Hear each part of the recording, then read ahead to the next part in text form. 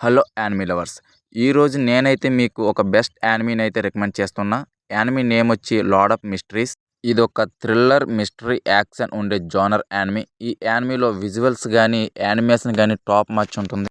ఈ anime story plot ఏమిటంటే, ఈ కథలో మెయిన్ హీరో వచ్చి క్లెయిన్ ఒకరోజు సూసైడ్ చేసుకుంటాడు.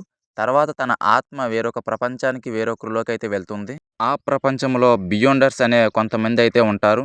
బియాండర్స్ అంటే హ్యూమన్ పవర్స్ కలిగిన వారు.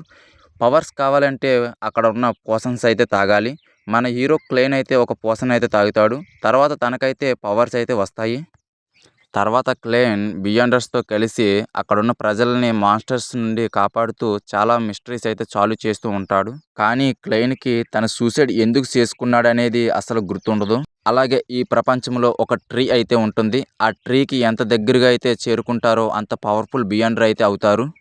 క్లెయిన్ మోస్ట్ పవర్ఫుల్ బియాండర్గా ఎలా మారాడు, అలాగే తను సూసైడ్ ఎందుకు చేసుకున్నాడు అనేది తెలియాలంటే లార్డ్ ఆఫ్ మిస్టరీ యానిమీ అయితే చూడాల్సిందే. ఈ యానిమీ అయితే చాలా బాగుంటుంది. టోటల్ 12 ఎపిసోడ్స్ అయితే ఉంటాయి. కానీ ప్రజెంట్ తెలుగులో అయితే లేదు ఈ యానిమీ.